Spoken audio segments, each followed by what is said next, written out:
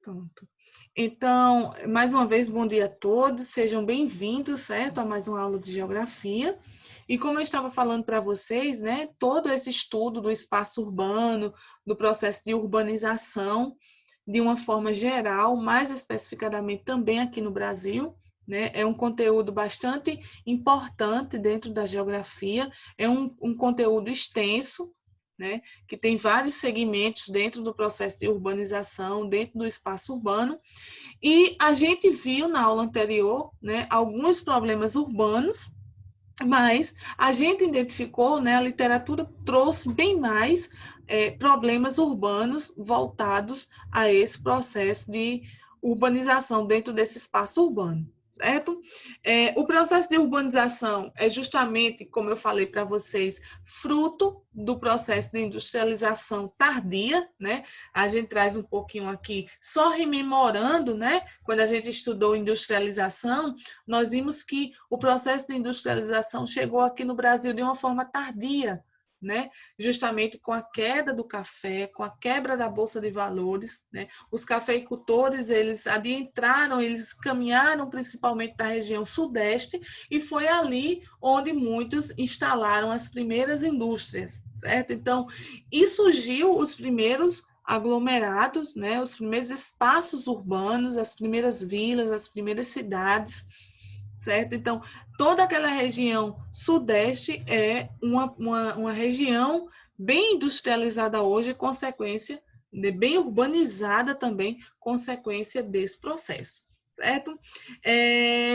Esse contexto foi responsável pela geração de diversos problemas, né? A gente também não tem só a cereja do bolo, a gente só não tem o lado bom, né? Nós temos o que vem a ser só um minutinho, Jonathan. Certo? Deixa eu pegar aqui o livro. Me perdoe, acabei esquecendo. É 662, certo? 662, acompanha aí. Então, a gente viu vários problemas urbanos brasileiros que vêm aumentando consequentemente, né, principalmente nas cidades grandes, mas também é pertinente dentro das cidades médias e das cidades pequenas. Isso é uma questão de hierarquia, a gente viu nas aulas anteriores, né, a questão da hierarquia urbana.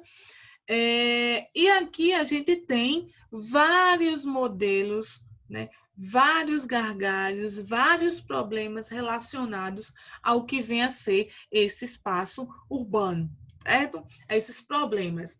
E daí a gente tem bem mais, né, nessa discussão do que a gente pincelou na aula passada, que a aula já estava acabando. E daí a gente vai começar com a falta de moradia, né?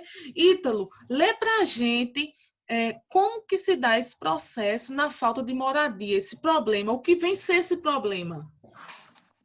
A falta de moradia, ou déficit habitacional, é um grave problema urbano do Brasil. Essa situação é resultado da desigualdade social e gera inúmeros outros problemas de ordem econômica, ambiental e espacial.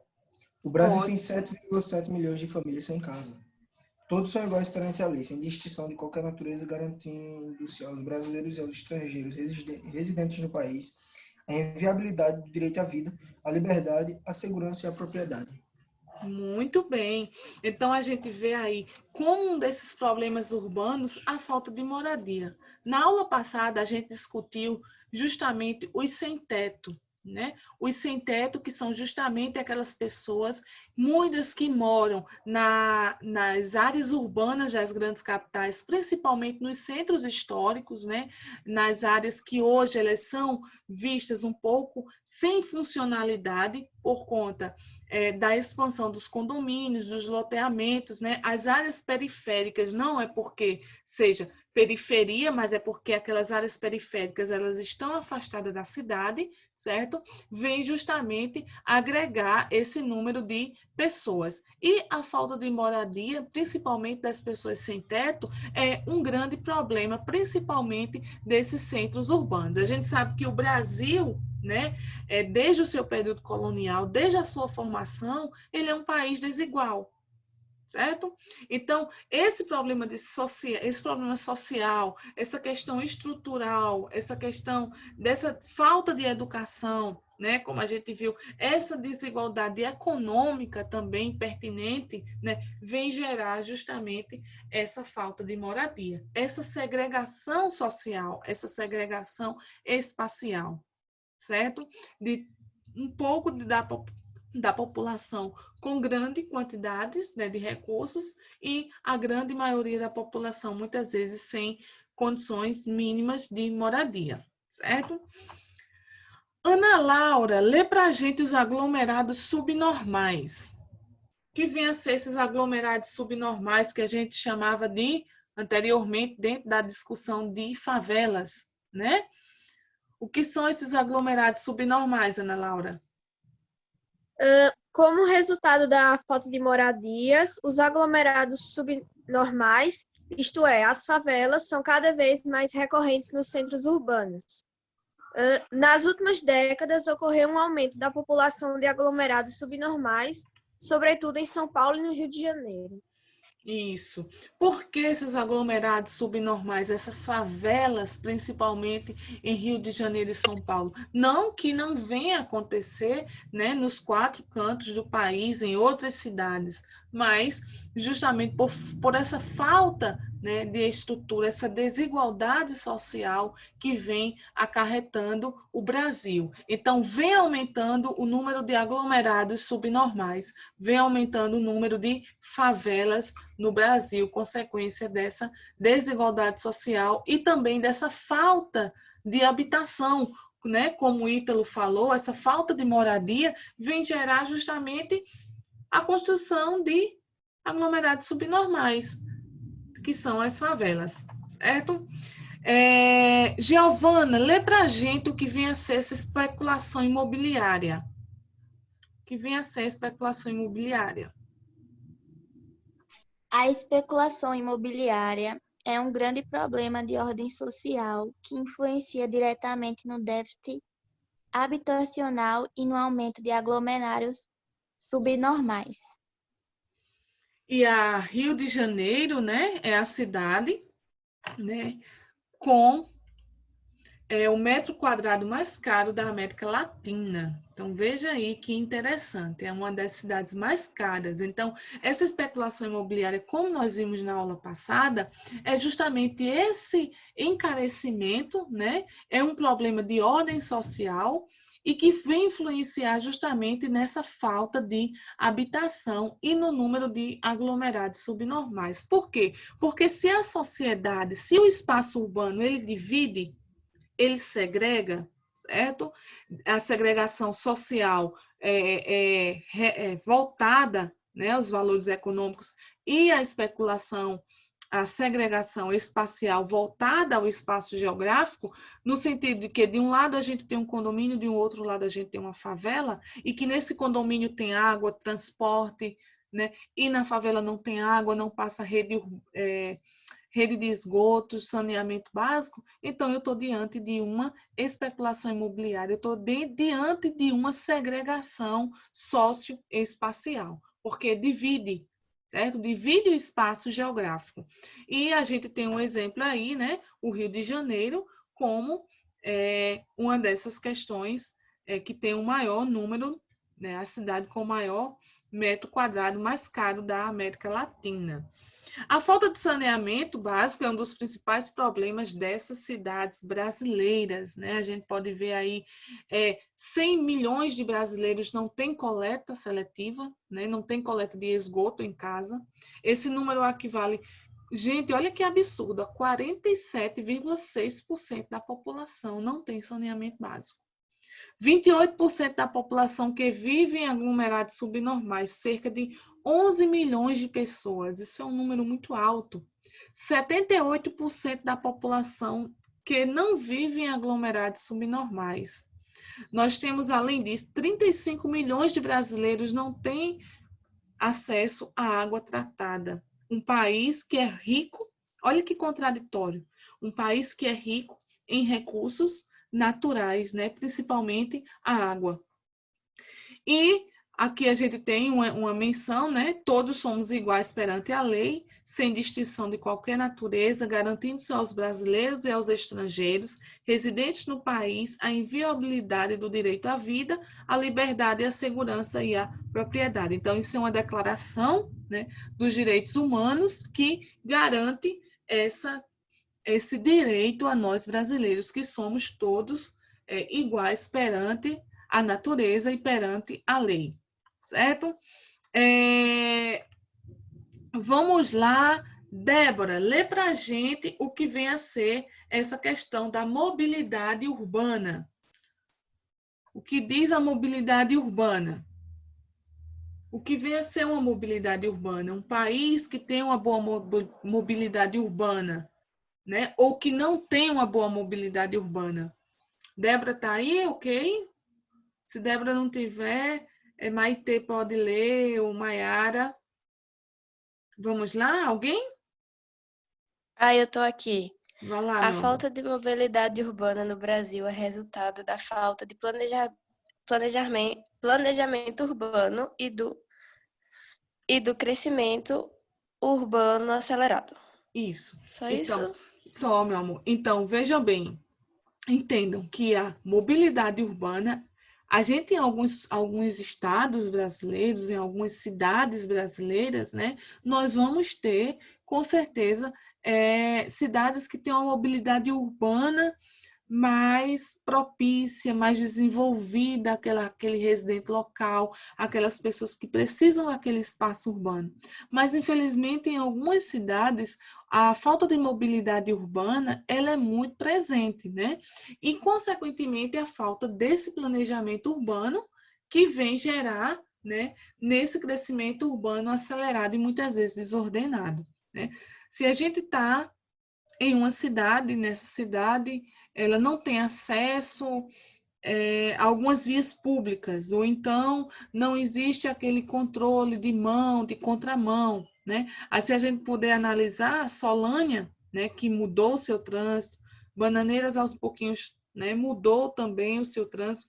Hoje a gente tem ruas que elas só podem ir, tem ruas que só podem vir. Então, isso é um crescimento, isso é uma melhoria dentro do aspecto da mobilidade urbana, porque se houve um planejamento, né? Se houve um planejamento em colocar faixas de pedestres, em colocar quebra-molas, né, em colocar semáforos, em uma sinalização mais consciente. Então, quando a gente tem esses recursos, né, nós temos um bom planejamento desse espaço geográfico, certo? Dentro da espacialidade urbana.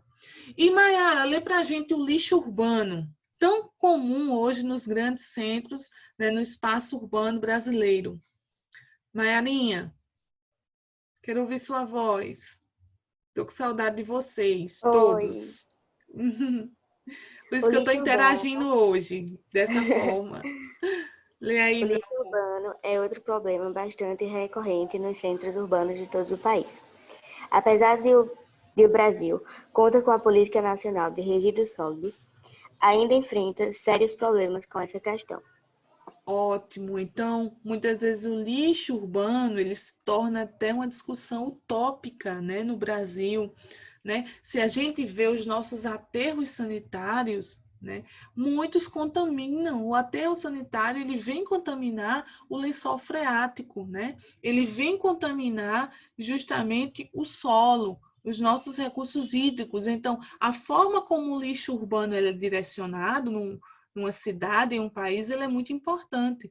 Desde a nossa coleta, né? Desde a forma como se a gente colhe o lixo nas nossas casas, se existe uma coleta seletiva, algumas cidades, né, trabalham com esse processo de coleta seletiva, mas se a gente for analisar, tem outras cidades que não têm nem um caminhão, né, para carregar esse lixo urbano. Então, vejam a disparidade brasileira, tudo consequência justamente dessa desigualdade social que é presente dentro do espaço urbano brasileiro. Então, a gente conta, né? O Brasil, a gente sabe que é um país que mais tem leis, né? As nossas leis são até copiadas por outros países, mas na prática nós temos uma política de resíduos sólidos, né? Mas ela, infelizmente, ela enfrenta problemas justamente por falta de compromisso dos gestores, por falta de organização do seu setor voltado ao planejamento urbano, certo? Então, o lixo é uma causa, certo? Que é pertinente dos grandes centros urbanos, mas também do espaço urbano como um si, ok? Su, minha linda, lê para a gente as enchentes e deslizamentos de terra, né? A gente entra um pouquinho aí para os nossos solos, como é que tá as nossas encostas. Suzana Rodrigues. As enchentes e os deslizamentos de terra têm relação com os altos índices de pluviosidade das cidades brasileiras. A falta de planejamento urbano e as ocupações irregulares são as principais responsáveis por tais problemas. Isso é o que a gente mais vê no nosso espaço urbano, né? Principalmente as cidades que não são planas, principalmente as cidades que elas têm uma geomorfologia, uma encosta mais acentuada, né? Então, o que é que acontece? A gente discutiu, né, isso aqui quando a gente estudava solos, né? Se vocês bem lembram, quando a gente estudou solos, quando a gente estudou geomorfologia, né? A geologia, que é a base de formação desses solos. Então, nós vimos que existe justamente essa falta de comprometimento das pessoas, dos gestores públicos, né, muitas vezes também, e até do cidadão comum, que tem, né, a disparidade de querer estar construindo das nossas encostas e nos nossos platôs. Então, a partir do momento que se faz um empreendimento em uma encosta, que você constrói alguma coisa em uma encosta, aquela encosta ela tende a pesar, né? E com o grande número de pluviosidade, o índice de pluviosidade, dependendo, né, daquele aumento, daquele número de chuvas, vai acontecer o quê? Os deslizamentos, os desmoronamentos, né? Consequência também dessa falta de planejamento urbano e ocupação irregulares. Por que a gente vê muito caso assim no Rio de Janeiro? Né? O Rio de Janeiro é uma das cidades que tem uma das geomorfologias mais antigas do Brasil, né? É uma região planáltica, tem as suas áreas de planalto, né? Principalmente nas cidades de interior do Rio, e as pessoas insistem e persistem em construírem em encostas. Então, a natureza ela vem pegar o que é dela, né? A partir do momento que você retira a vegetação para uma construção, aquela encosta ela vai ficar desnuda, ela vai ficar desprotegida. Então, isso é um problema urbano que é pertinente justamente nessas áreas que são construídas irregularmente, certo? A gente não só vê em Rio de Janeiro, não. Se você der uma voltinha aqui por Bananeiras, você vai ver muito, né? Porque Bananeiras é uma cidade em encostas, né? Bananeiras é uma cidade que está inserida no Planalto da Borborema, né? Não só Bananeiras, como, né, essas cidades aqui de interior que está inserida em áreas planálticas, né? A gente já tem Solânia, que já está num platô, né? Solânia está no platô da encosta de Bananeiras, então já é uma cidade mais plana, né? Então não sofre tanto com esse deslizamento, com essas enchentes, mas no Brasil aí afora, em Minas Gerais a gente vê muito, é muito pertinente naquelas regiões do sul e do sudeste, né? Por conta do inchaço das cidades e dos aglomerados, do aumento desses aglomerados subnormais. Certo? Então, as enchentes e os deslizamentos de terras é pertinente, né, um problema do espaço urbano brasileiro. E deixa eu ver, Jonathan. Jonathan, lê para a gente o que é gentrificação. Qual Jonathan? Oi? Qual Jonathan? Qualquer, de Vitoriano, deixa eu ver o que está aparecendo aqui para mim. Mas o outro Jonathan pode ler, fica à vontade, qualquer um dos dois. Lê Jonathan A violência urbana. A violência urbana é um problema de ordem pública e social. Gentrificação. A gentrificação é uma prática bastante comum nas grandes cidades brasileiras. A população mais afetada é a que faz parte da classe média baixa. Então, esse processo de gentrificação, ele é uma prática hoje, né, justamente muito comum, certo? Pertinente principalmente da classe média e da classe mais baixa da população, justamente essa falta de conscientização, né, que faz com que essa prática ela seja comum nessas cidades brasileiras. Então, só voltando um pouquinho ali que eu estou vendo, 202 pessoas entre 1997 e 2017, né, foram vítimas de morte por deslizamento de terra nas cidades na capital, São Paulo, né? Então, isso é um problema social, isso é um problema de ordem pública, certo? Isso é um problema comum nos grandes centros urbanos, assim como o processo também do lixo, né? O problema da espacialidade desse controle, né, desse planejamento urbano, que acarreta também a gentrificação e, consequentemente, também a violência urbana, certo? Então, veja bem quando a gente fala em gentrificação. O metro quadrado da favela do Vidigal custa, gente, olha aí, de 5 a 7, né, mil, enquanto isso, o metro quadrado em Copacabana é cerca de 12 mil. Então, veja a disparidade da segregação, né, espacial em uma cidade, né? A gente tem aí a divisão de classe, a divisão social dentro de um espaço geográfico, certo? Isso é, infelizmente, pertinente, isso é comum desde o processo colonial, desde a formação do Brasil até os dias de hoje. O Brasil ele é um país que divide, ele é um país que segrega, né? A gente vem passando por problemas aí como o feminicídio, né? A questão do racismo e tantos outros problemas sociais que vêm atrelando dentro desse espaço urbano, né, que divide a população hoje, né? Quando a gente fala de feminicídio, a gente lembra da violência da mulher, né? A gente retrata hoje, né, dentro desse cenário, dessa nossa pirâmide etária brasileira, a gente vê que os homens, né, eles nascem mais, mas a gente tem mais mulheres dentro do IBGE, por quê? Porque os homens, eles morrem mais, consequência desse processo, dessa violência, né? Então, a violência urbana é muito pertinente, o assassinato de mulheres cresce barbaramente, né? A gente tem 167% entre 2018 e 2019 só na cidade de São Paulo, né? E as vítimas, elas são justamente são vítimas delas, os seus companheiros, os seus esposos, os seus familiares, o seu vizinho. Então, a mulher ela está muito vulnerável, infelizmente, dentro desse cenário de violência urbana, dentro do espaço, né? Dentro do espaço urbano, dentro desse processo de urbanização. Deixa eu ver aqui, quem pode ler? Miguel, você está tão caladinho hoje, ou William, Luciano, lê para a gente violência urbana. Alguém de vocês se pronunciam? Vamos lá? Quem pode ler? Eu posso ler. Pronto. A violência urbana é um problema de ordem pública e social e constitui um grande desafio para as políticas públicas do Brasil. Todo ano, milhares de pessoas sofrem violência urbana, com destaque para as populações em maior vulnerabilidade socioeconômica. Então, vejam bem, a vulnerabilidade socioeconômica, né? Mais uma vez, a desigualdade social, né? Que vem gerar.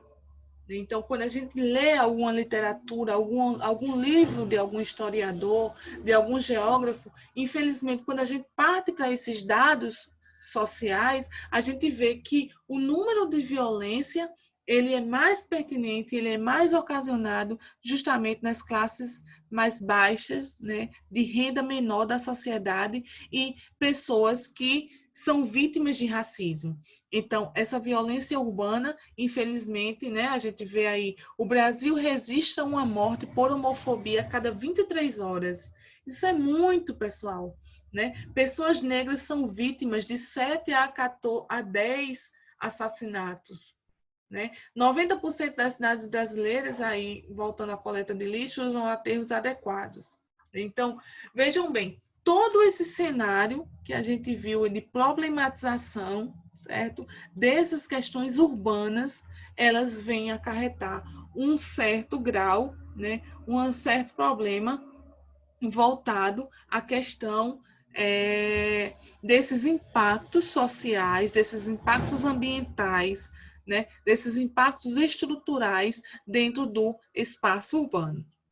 E daí, para a gente dar continuidade, né? A gente já deu uma revisada nesse processo de hierarquia urbana, né? Mas é bom a gente só recapitular, né? O processo de metropolização, a questão das metrópoles, né, brasileiras, das megalópolis. Veja, a gente falou muito em metrópole, nesse processo de metropolização, esquecemos um pouquinho dessa questão da megalópole, né? Então, o processo de megalopolização ocorre quando duas ou mais regiões metropolitanas, né, se juntam em uma mesma malha urbana. Se no processo de conurbação, que a gente viu na aula passada, né, o processo de conurbação entre uma cidade e outra, que depende daqueles recursos, né, dos fixos e dos fluxos, elas estão em movimento, vai formar uma metrópole, certo? O processo de megalópole é justamente a junção de duas metrópoles,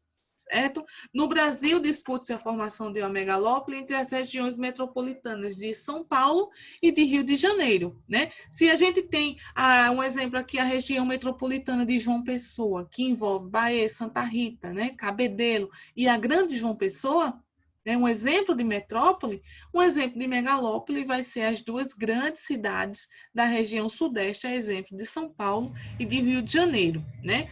Esse processo acompanha a rodovia Presidente Dutra e integra aglomerados urbanos da Baixada Santista, de São Paulo, Campinas, Vale do Paraíba e de Sorocaba, né? Então, a gente pode ver essa imagem de satélite, né? Onde tem uma maior acumulação de iluminação, que mostra justamente essa questão da espacialidade, certo? Dentro desse processo de megalópole. Então, pessoal, não é difícil da gente discernir, né? A gente discernir essa discussão de metrópole e de megalópole, né? Quando a gente fala em conurbação, é quando uma ou outra cidade está interligada, né, que ela vai depender um dos serviços dos outros. Então, vai gerar uma metrópole. E a megalópole é justamente a junção de duas, né, principalmente de duas metrópoles, ok? Então, vamos lá. A gente vê muito comum na nossa discussão hoje o processo de desmetropolização, né? A gente já viu na aula passada alguns exemplos, né? Diz respeito à redução do crescimento das metrópoles e do aumento da população em pequenas e médias cidades, né? Isso é só uma forma de revisar, que hoje a gente termina essa discussão de espaço urbano. Eu só queria deixar aqui para vocês, se vocês ficaram com alguma dúvida, certo?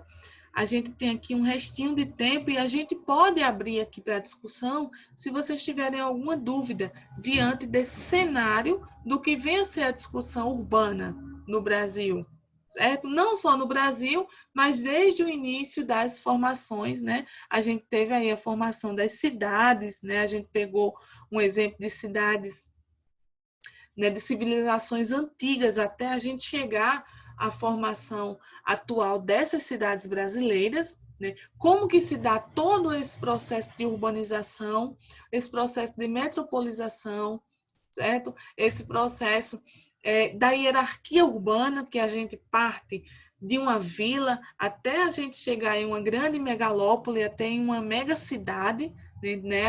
As cidades, elas estão interligadas e formam justamente esse conjunto, até propriamente esse problema que a gente acabou de ver, que são os problemas pertinentes do espaço urbano, né? Quando a gente parte para o espaço agrário, a gente também vamos ter os nossos problemas dentro do espaço agrário, né? A questão da posse de terra, a questão dos grileiros, né, a questão de toda aquela discussão do agronegócio dentro do espaço agrário. E quando a gente parte para o espaço urbano, a gente já tem uma outra dimensão. A gente fala de saneamento básico, a gente fala dos sem-teto, a gente fala do processo dessa hierarquia, dessa desigualdade social dentro do espaço urbano, né? O processo do lixo, né? A gentrificação, a gente fala da questão da especulação imobiliária, de como que se dá os valores desse espaço urbano, o valor por metro quadrado, né? Quando a gente fala do processo da especulação imobiliária e da desigualdade espaço social, né? Se em Copacabana o valor do metro quadrado, né, R$ 12.000, na favela, no aglomerado subnormal do Vidigal, é 5.000 a 6.000, 7.000 reais o metro quadrado, né? Então, vejam essa disparidade, né? Então, o espaço urbano, né, ele é um espaço que muitas vezes ele segrega, ele divide, né? Ele está a favor do capital, né? Está a favor da tecnologia, está a favor de todo esse processo. Então, a nossa aula está chegando ao final, pessoal. Eu vou liberar a atividade para vocês, tá certo? Vou dar aí um tempo de 1 a 2 semanas. Não deixem de fazer essas atividades, é de fundamental e grande valia, e não deixem para fazer um dia, né, para aspirar o tempo daquela atividade. Façam, alguma dúvida, me procurem, certo? Tirem todas as suas dúvidas e respondam essas atividades, que é de grande e fundamentação para vocês. Na próxima aula, a gente inicia com um novo conteúdo e, se houver necessidade, alguma dúvida de vocês, certo? A gente pode revisar depois, antes da prova, esse conteúdo de urbanização, lá no final do ano, no final do bimestre, tá certo? E resolvam todas as atividades. Isso é